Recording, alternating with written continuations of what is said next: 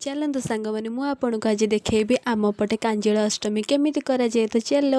पूजा आमर माछ तरकारी शाग भजा पिठा उषुना भात तैयारी करापर आम से सब को नहीं चली जाइलु पोखरी कूल को जेउटी पूजा हे पूजा स्थान टी आम पा पकई सफा करदे सफा कर सारापर आम नहीं 7टी शुकुआ जहाँ को कहती 7 बोहू ताको रखीदे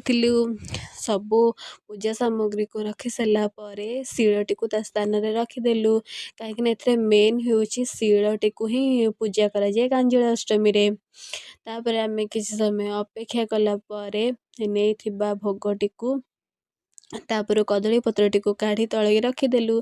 रखी सारापर जेहेतु ए पूजा रे जहाँ सब भी नि जाए सब पड़ी गोटे ठाए चकड़ा जाए चकड़ा हो सारापर बाहर दि जाए तापर जाकि आनिकी घर लोक जी भी मेम्बर था समस्ते खाती तापर नहीं भोग को गोटे कदली पत्र रे पिठा तरकारी सब बड़ा हो गला बड़ा हो सारापर बो दीपटी को लगे देले दीपटी को लगे सारापर जेहेतु भोगटी बढ़ाला तापर ताको पानी छड़ा जाए पानी छड़ाई जावाई भाउज चली गले ढालटी को धरी पोखरी कूल पानी आनी पानी भाउज ताको भोग को पानी छड़े देले पानी छड़े सारापर किसी समय अपेक्षा करी भाउज नहीं दीपटी को शिल बंदाई देले। आपण पटे जदि एमती पूजा हो याठू भलरे पूजा हो तो आमको कमेंट माध्यम निश्चिंत जनातु। तापर देखंतु नहीं भोग को पानी रे चकड़ा गला चकड़ा हो सारापर